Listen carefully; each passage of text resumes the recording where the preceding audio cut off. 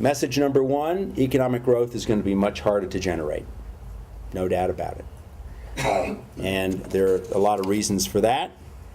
The shifting nature of economic power away from the advanced economies, the nature of Chinese demand, which is different, right? Chinese are not importing consumer goods, they're importing raw materials. That has implications for the rest of the world. Most of the advanced economies are producing less than they could. They're inside their potential growth pattern. So economic growth will be harder to generate.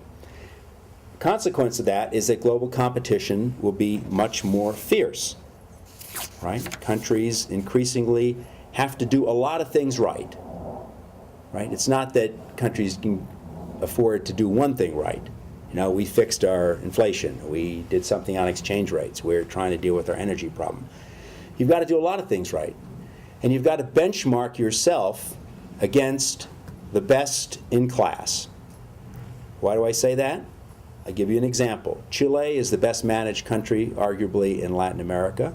They're very proud of the fact that when they benchmark themselves against the rest of Latin America, they always come in on top.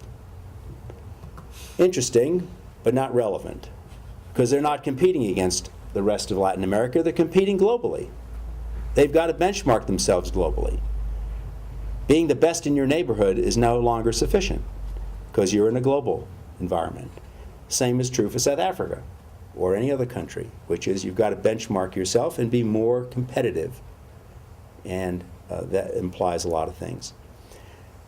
I believe that government's role is even more indispensable than in the past. I think that the Growth Commission argued that it was not the size of government that mattered, but the effectiveness of government.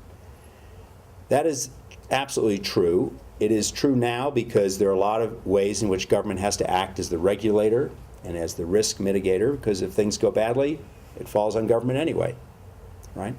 So you may as well be more proactive. But coming back to the planning idea, you've got to have government playing this coordinating role, right?